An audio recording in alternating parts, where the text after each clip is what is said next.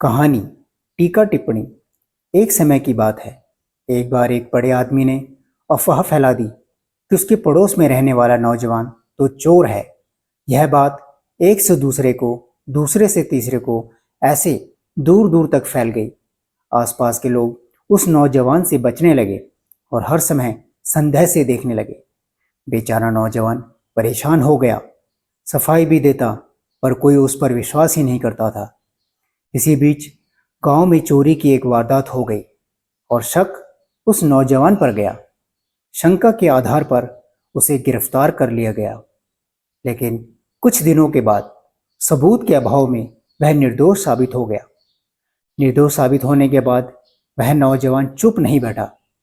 उसने बूढ़े आदमी पर गलत आरोप लगाने के लिए कोर्ट में मुकदमा दायर कर दिया। कोर्ट में बूढ़े आदमी ने अपने बचाव में जज से कहा, मैंने जो कुछ कहा था वह सिर्फ एक टिप्पणी से अधिक कुछ नहीं था। किसी को नुकसान पहुंचाना मेरा मकसद नहीं था।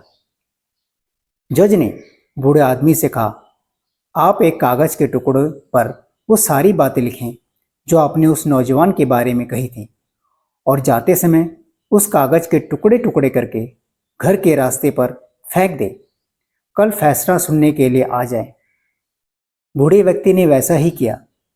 अगले दिन जज ने बूढ़े आदमी से कहा, फैसला सुनने से पहले आप बाहर जाइए और उन कागज के टुकड़ों को जो आपने कल बाहर फेंक दिए थे इकट्ठा करके ले आइए।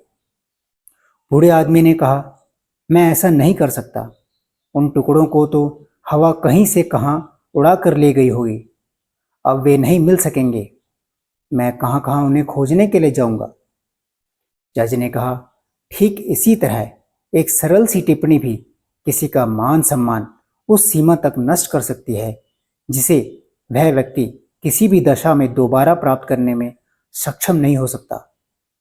बूढ़े आदमी ने कोर्ट से एवं उस युवक से क्षमा मांगते हुए वचन दिया कि अब भविष्य में बिना सोचे समझे किसी पर ऐसी कोई टिप्पणी नहीं करेगा जिससे किसी के मान सम्मान को ठेस पहुंच सके। जय श्री राम। नमो नारायण।